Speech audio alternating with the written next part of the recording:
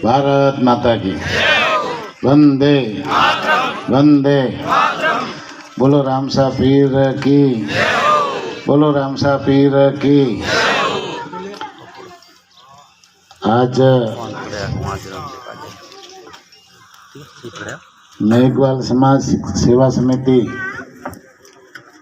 सैडवा के इस समाज सुधार के कार्यक्रम में मंच पर विराजमान हम सब के लाडले विधानसभा में मेरे साथी और चौहटन और राजस्थान भर की कई समस्याओं को विधानसभा के पटल पर रख करके वहाँ प्रबल तरीके से उठा करके उन समस्याओं का समाधान हमेशा जो कराते आए हैं और कई समस्याएं हमारे मंत्रियों तक ला करके और मुख्यमंत्री जी के पास जा कर के उनको त्वरित गति से समाधान करने में हमेशा लगे रहते हैं।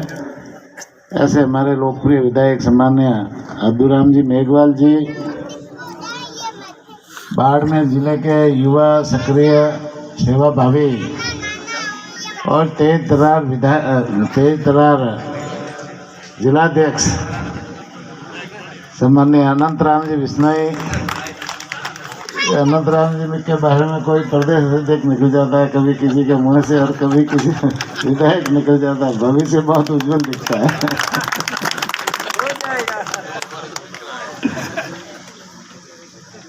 इस जिले के जिला महामंत्री सम्मान्य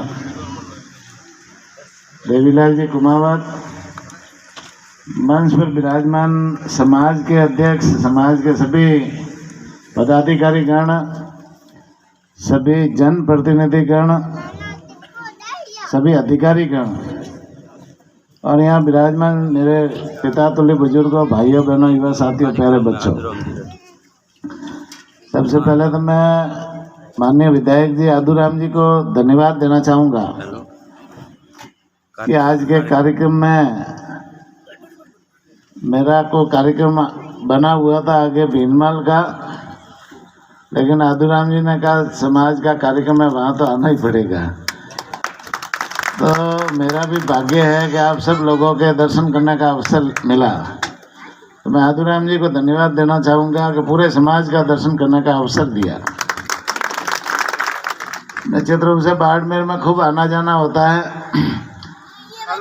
कई कार्यकर्ता भी मिलते हैं, कई जनप्रतिनिधि भी मिलते हैं और कई पीड़ित लोग भी मिलते हैं, उनकी समस्याओं का हम समाधान भी कराते हैं।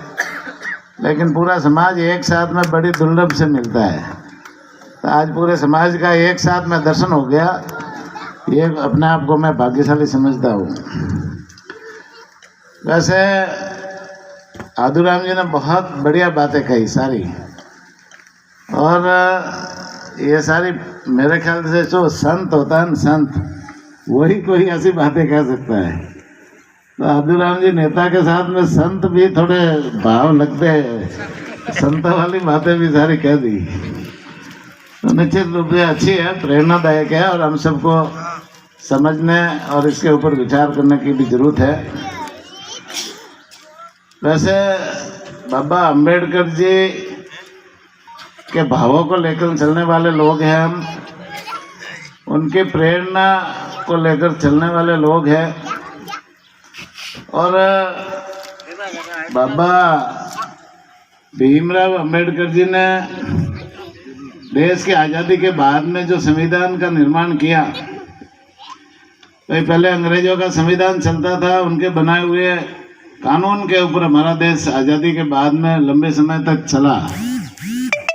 लेकिन संविधान निर्माता समिति बनी, बाबा भीमराव अम्बेडकर जी को समिति का अध्यक्ष बनाया और पूरी समिति ने मिलकर के हमारे देश का आज़ाद भारत का एक अच्छा संविधान बनाया। और उस संविधान में समानता का सबको अधिकार दिया। भारत में रहने वाले हर व्यक्ति समानता के साथ में रहे, सबको समान अधिकार हो, चाहे वो राजा है या रंक है, सबको अधिकार समान रूप से है। तो वो समानता का अधिकार देना, यहाँ भारत में रहने वाले सभी मनुष्य के साथ में, पशु पक्षियों के साथ में कैसा व्यवहार हो, वनस्पतियों के बारे में क्या सोच हो, या जितनी भी प्रजाति है वो इस पृथ्वी पर भारत में रहती है, उनका सबका सोच रख करके ये संविधान का निर्माण हुआ। साथ ही साथ में शिक्षा का अधिकार सबको दिया कि भाई शिक्षा के ऊपर किसी का एकाधिकार नहीं है, और सबको अधिकार दिया कि सब लोग पढ़ लिख करके योग्य बने और योग्य बन करके अपने परिवार का पालन पोषण करे, अपने समाज का पालन पोषण करे और अपने देश का विकास करने में सहयोग प्रदान करे। तो निश्चित रूप से बाबा साहब ने जो समानता का अधिकार दिया, सो शिक्षा का अधिकार इस संविधान में हम सबको दिया है, तो उनका हम सदुपयोग करें और शिक्षा का जो अधिकार है, मौलिक अधिकार है, उसका हम ज़्यादा से ज़्यादा फायदा लें। भाई आज सरकारों ने बहुत सारी सुविधाएं कर रखी है, कॉलेज खूब सारे बना रखे हैं, विद्यालय खूब सारे खोल रखे हैं, हॉस्टल भी खूब बना रखे हैं, भौतिक सुविधाओं की कोई कमी नहीं है। शिक्षा में पहले से लगाकर 12वीं तक तो फीस भी सारी तरह की माफ है, पाठ्य पुस्तकें भी फ्री मिलती है, वहाँ की वेशभूषा बच्चों की है वो भी फ्री मिलती है। आगे की एजुकेशन है उनमें भी बहुत सारी सुविधाएं सरकार ने दे रखी है। तो मैं तो यहाँ समाज में बैठे सभी प्रबुद्धजनों से ये बात करना चाहूँगा कि सरकार तो अपनी भौतिक सुविधाएं उपलब्ध करा रही है, लेकिन अपने बच्चों और बच्चियों को पढ़ाना और शिक्षित करना वो हम सब समाज वालों का दायित्व है। कोई अनपढ़ नहीं रहे, ये व्यवस्था करनी हम सब समाज वालों की जिम्मेदारी है। अपने बच्चों और बच्चियों को स्कूल भेजे और उच्च शिक्षा दिलाए। भाई आजकल शिक्षा की बहुत सारी सुविधाएं है और उनका लाभ अपन ले, तो निश्चित रूप से उसका फायदा आने वाले समय में समाज को मिले। समाज में शासन और प्रशासन में हमारी जो भागीदारी है वो बढ़े, मेघवाल समाज की भी बढ़े, शासन प्रशासन में भागीदारी बढ़े, तो ये निश्चित रूप से बिना शिक्षा के शासन प्रशासन में भागीदारी नहीं बढ़ सकती। तो जो समाज सरकारों ने जो सुविधाएं दे रखी है उनका अपन समाज वाले भाग ले और शासन प्रशासन में वो भागीदारी बढ़ाए।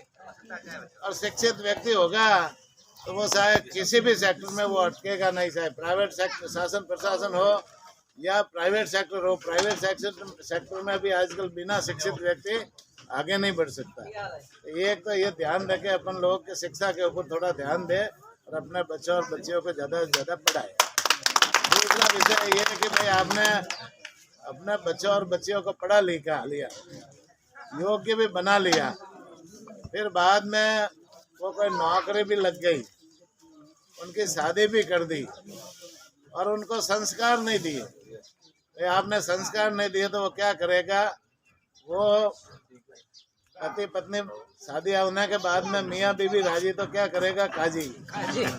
मियाँ बीवी राजी तो फिर क्या करेगा? काजी। वो तो अपनी पत्नी को लेकर चला जाएगा, पीछे ये बूढ़े माँ बाप बैठे रहेंगे, उनकी सेवा करने वाला कौन मिलेगा? परिवार को भूल जाएगा, समाज को भूल जाएगा। तो ऐसे संस्कार भी अपने बच्चों और बच्चियों को मत दो। बच्चों और बच्चियों को ऐसे संस्कार दो कि वो पढ़ लिखने के बाद में, योग्य बनने के बाद में माता पिता को नहीं भूले, उनकी सेवा करे, परिवार को नहीं भूले, उनको भी है परिवार को आगे बढ़ाने में मदद करे, अपने समाज को नहीं भूले और समाज के लिए भी आकर के समाज के विकास में वो अपनी भूमिका निभाए और किसी तरह का नशा पता नहीं करे। भाई अपने आप को ऐसा मर्यादित और संस्कारित परिवार बनाओ कि आजकल नशे बहुत है ना, पान बीड़ी सिगरेट तंबाकू गुटखा शराब एमडी हेमडी बहुत सारे नशे आजकल नए नशे निकल गए, तो वो नशा पता भी नहीं करे। भाई नशा भी कोई फोकट में नहीं होता, नशा करने के लिए भी पैसे खर्च होते हैं। और पैसे भी किसके? अपने खुद के। उस खुद के पैसों से नस्ली चीजें खरीदो और खरीद करके वापस अपने ही शरीर में डालो, तो मतलब उससे क्या होगा? दो नुकसान है। एक तो अपना शरीर खराब हुआ और एक है वो आर्थिक रूप से भी नुकसान हुआ। तो ये दोनों है ना, अपना ही घाटा करके ये नशा किस काम का? तो ये नशा पता भी नहीं करे और धार्मिक विचारों पे है ना, अपने बाल बच्चे है ना वो धार्मिक विचारों पे चले। भाई आजकल कुसंगत है ना, कई तरह के कुसंगत में पड़ जाता है तो अपना परिवार ही बर्बाद कर देता है। तो धार्मिक विचारों पे वो बच्चा चले, परिवार चले, ऐसे संस्कारित परिवार बनाओ जिससे क्या है कि अपना समाज भी, परिवार भी आगे बढ़ेगा, समाज भी आगे बढ़ेगा। और जो अनंत राम जी ने बताया ना कि भगवान राम जी के परिवार की तरफ अपने परिवार को बनाओ। भाई भगवान राम जी का परिवार कैसा था? अयोध्या के राजा थे दशरथ जी, वो जबान के कितने पक्के थे। रानी कैकेयी को दिया हुआ वचन निभाया कि नहीं निभाया? अपने बेटे राम जी को वनवास में भेजा और भरत जी को राज्य दिया। तो वचन के कितने बच्चे पक्के थे, ठीक है। और राम जी कितने पिता के आज्ञाकारी पुत्र थे। 1 मिनट में पिता की आज्ञा सुनते ही पिताजी को यह भी नहीं पूछा कि मुझे वनवास क्यों दिया जा रहा है, बिना पूछे वो रवाना हो गए, पिताजी की आज्ञा का पालन किया। माता सीता को वनवास नहीं हुआ था, लेकिन माता सीता ने कहा कि मेरा पति वनवास में जाएगा, वहाँ सुख दुख में उनकी सेवा कौन करेगा। तो पतिव्रता नारी का धर्म निभाते हुए वो भी 14 वर्ष के लिए वनवास में गई। भाई लक्ष्मण का वनवास नहीं हुआ था, लेकिन भाई ने कहा बड़ा भाई वनवास में जा रहा है, वहाँ राक्षस होंगे और भी बहुत सारी समस्या आएगी, उनकी रक्षा कौन करेगा। तो भाई की मदद करने के लिए छोटा भाई भी बिना वनवास हुए वो 14 वर्ष के लिए वनवास में गया। और भरत जी जिनको राज मिला, लेकिन भरत जी का ये तो मेरा राज है ही नहीं, मेरा तो इसके ऊपर अधिकार है ही नहीं, ये तो बड़े भाई का अधिकार है। तो वो वापस राम जी को जंगल में लेने गए, निवेदन किया, लेकिन राम जी ने कहा भरत जी, भरत तुझे भी पिताजी की आज्ञा है, मुझे भी पिताजी की आज्ञा, दोनों को पिताजी की आज्ञा का पालन करना है। तो भरत जी ने फिर राम जी की चरण पादुकाएं ली और चरण पादुकाएं लेकर के वापस अयोध्या आए। सिंहासन पर वो चरण पादुकाएं रखे और अयोध्या से बाहर एक झोपड़ी बना करके 14 वर्ष तक राम जी को राजा मानते हुए उन्होंने अयोध्या के लोगों की सेवा की। तो ये राम जी का परिवार है, कितना समर्पण है, पिता की आज्ञा का पालन करना, भाई के प्रति कितना समर्पण है, एक दूसरे प्रति कितना त्याग है, पत्नी का पति के प्रति कैसा सेवा का भाव है। तो ये सारे है ना भाव अपने परिवारों में भी पैदा होने चाहिए, जिससे परिवारों में लड़ाई झगड़ा ये संकट है ना बिखराव नहीं आए। तो ऐसे भगवान राम जी के परिवार की तरह अपना परिवार भी है ना, आप मर्यादित परिवार बनाओ। तो यदि परिवार मर्यादित होगा तो समाज भी मर्यादित होगा, समाज मर्यादित होगा तो निश्चित रूप से अपने देश के विकास में वो कोई न कोई अच्छी भूमिका निभाएगा। यही मैं आप लोगों से आग्रह करना चाहूँगा। वैसे बाबा रामदेव जी के बारे, बाबा भीमराव अंबेडकर जी के बारे में बहुत कुछ बातें आदुराम जी ने बताई है, लेकिन 1-2 बात बताना चाहूँगा कि भाई आज हमारे देश के कानून मंत्री कौन है? अर्जुन जी मेघवाल। तो पहले कानून मंत्री बने थे बाबा भीमराव अंबेडकर जी, और उसके बाद में अपने भारतीय जनता पार्टी ने जो अर्जुन जी मेघवाल को कानून मंत्री बनाया, ये बहुत बड़ी बात है और हमारे लिए और हमारे समाज के लिए, मेघवाल समाज के लिए तो बहुत गौरव की बात है। आज वो देश का कानून मंत्री बना है और देश के कानून में संशोधन करना, कानून व्यवस्था चलाना सारी की सारी आज प्रधानमंत्री जी के बाद में अर्जुन जी मेघवाल के हाथ में है। तो ये हमारे लिए गौरव की बात है। तो बाबा भीमराव अंबेडकर के साथ में भी कई लोगों ने तो न्याय नहीं किया, सारी बातें यह बताई नहीं इन्होंने, लेकिन मेरा मानना है कि हम बाबा भीमराव अंबेडकर के साथ में हमारी सरकार है पूरा न्याय कर रही है। उनके मरणोपरांत जो अर्जुन पुरस्कार है वो हमारी सरकार ने बाबा साहब को दिलवाया। और बाबा साहब का जो जन्म स्थल था ना, वहाँ पर उनके स्मारक भी बनवाया और इंग्लैंड में जिनकी वहाँ पढ़ाई हुई थी वहाँ पर बहुत बड़ा स्मारक अभी बन रहा है। तो तो बाबा साहब की याद में हमारी सरकार है ना पूरी तरह से अच्छा काम कर रही है। और मेरे ख्याल से संसद भवन में भी बाबा साहब की मूर्ति भी लगवाई है।